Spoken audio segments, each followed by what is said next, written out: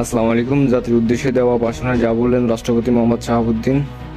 সোমবার রাতে জাতির উদ্দেশ্যে একটি ভাষণে রাষ্ট্রপতি মোহাম্মদ শাহাবুদ্দিন বলেছেন, অনতিবিলম্বে একটি অন্তর্বর্তীকালীন সরকার গঠিত হবে এবং পার্লামেন্ট ভেঙে দেওয়া হবে। অন্তর্বর্তীকালীন সরকার দ্রুত নির্বাচনের আয়োজন করবে। তিনি বলেন, রাজনৈতিক নেতৃবৃন্দদের সাথে আলোচনার ফল বৈষম্য বিরোধী আন্দোলনে নিহতদের স্মরণে শোক প্রস্তাব গৃহীত হয়। এছাড়া জরুরি ভিত্তিতে একটি অন্তর্বর্তী সরকার গঠনের সিদ্ধান্ত নেওয়া হয়। সকল দল ও অংশীজনদের সাথে আলোচনা করে গঠিত অন্তর্বর্তীকালীন সরকার যত দ্রুত সম্ভব নির্বাচনের ব্যবস্থা করবে। তিনি বলেন, বাংলাদেশের সংবিধান অনুযায়ী অনতিবিলম্বে বর্তমান সংকট বিলুপ্ত করা হবে।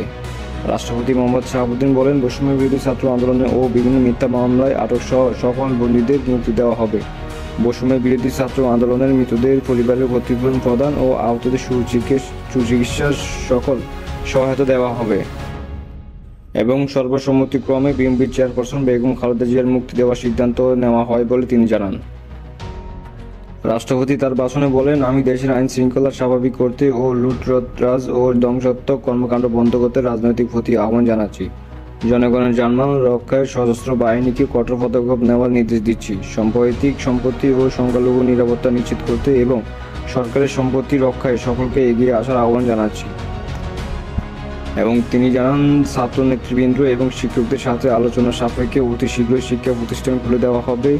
এছাড়া যারা হত্যা ও সহিংসতার সাথে জড়িত সুষ্ঠু তদন্ত সাপেক্ষে তাদের আইনের আওতায় আনা হবে।